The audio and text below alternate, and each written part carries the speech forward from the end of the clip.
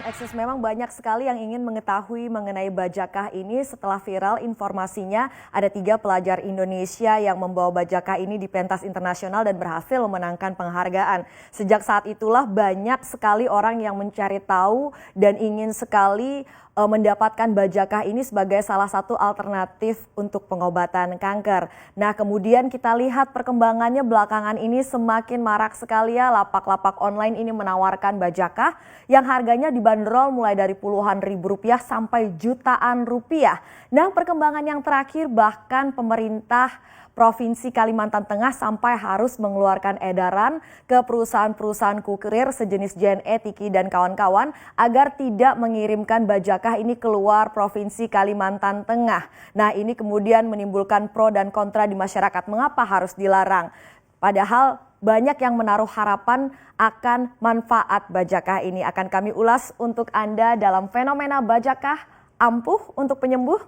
Oke, kita lihat dulu awalnya seperti apa. Adalah 3 pelajar SMA Negeri 2 Palangkaraya, Kalimantan Tengah yang meneliti mengenai bajakah.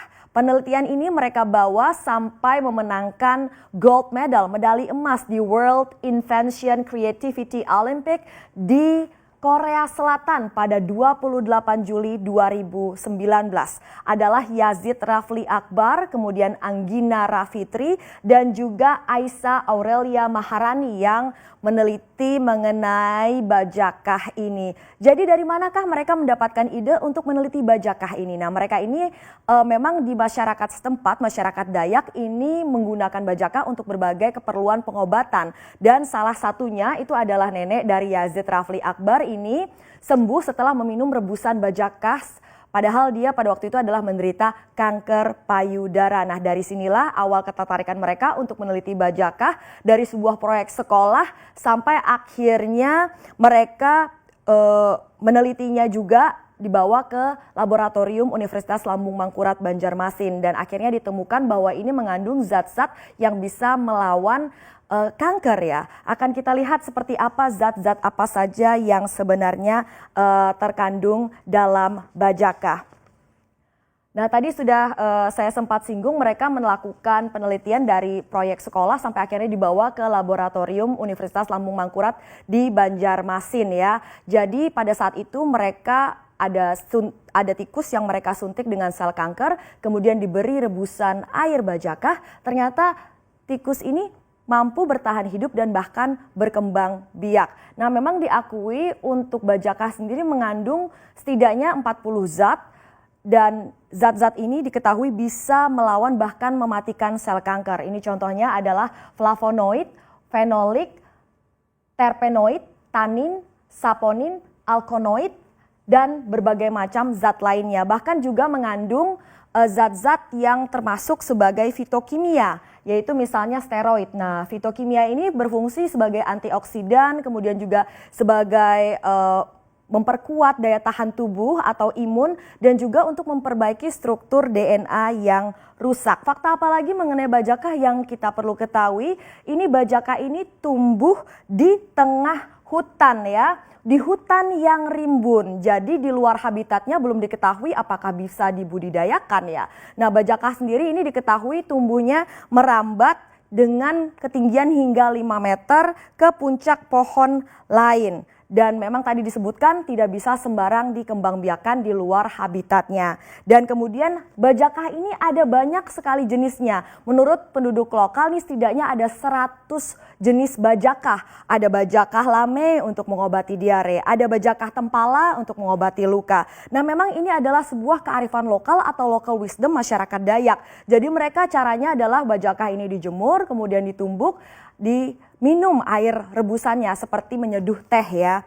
Nah, tadi karena bajakah ini banyak sekali jenisnya, sementara kita tahu di platform-platform online banyak sekali yang menawarkan bajakah. Bajakah sedang booming gara-gara informasi prestasi yang ditorehkan oleh pelajar Indonesia ini banyak yang menawarkan bajakah.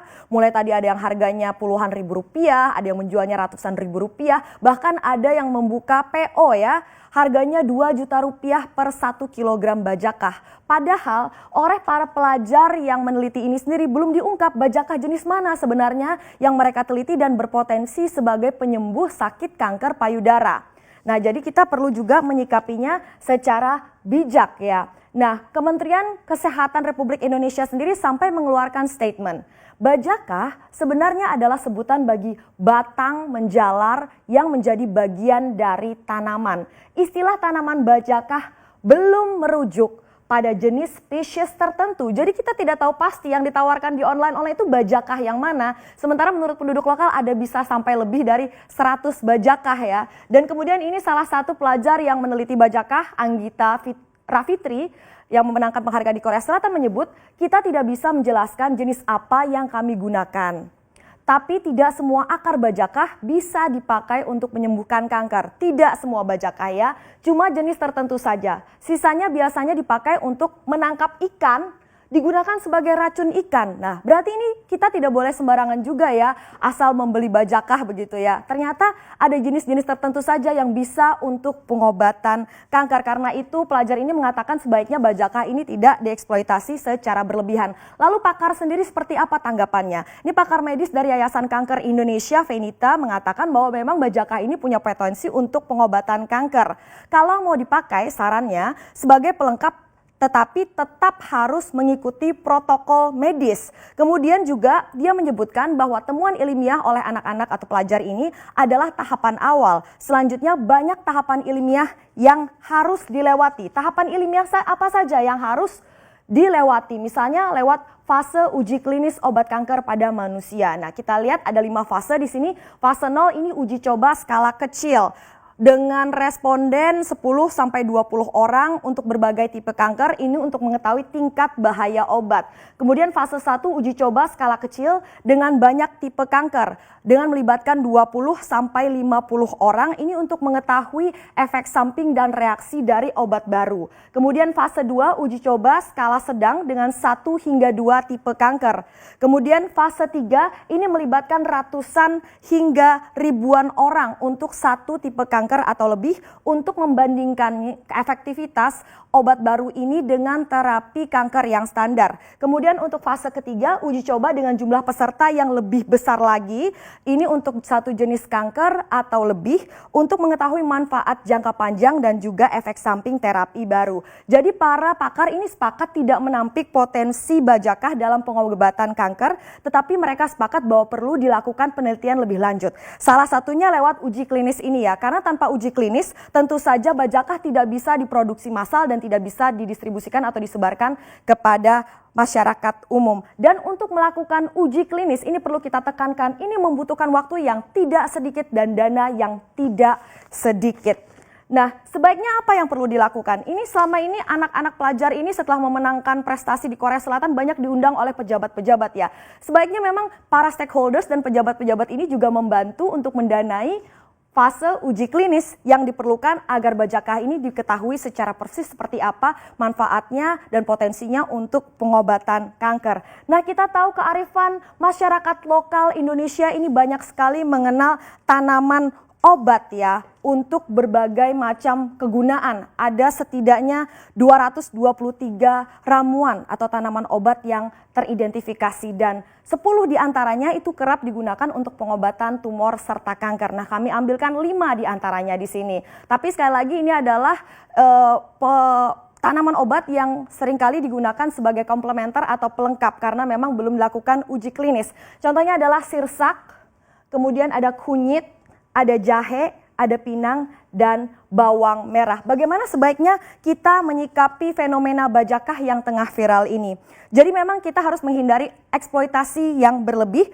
Jangan sampai habitat bajakah ini rusak ya. Dan juga untuk pemerintah setempat perlu memastikan berapa jumlah populasi untuk bajakah ini. Dan kemudian juga kita perlu melakukan dan mendukung baik untuk anak-anak ini agar bisa melakukan uji klinis tahapan lanjutan untuk mengetahui secara persis seperti apa efektivitas bajakah ini dalam pengobatan kanker payudara. Dan untuk masyarakat yang misalnya mencari harapan pengobatan alternatif untuk kanker mereka seperti apa, tadi dijelaskan oleh Yayasan Kanker Indonesia, ini hanyalah komplementer saja tapi jangan meninggalkan protokol medis yang selama ini memang digunakan untuk pengobatan kanker payudara. Demikian yang bisa kami ulas untuk Anda, kembali ke Axis in Axis.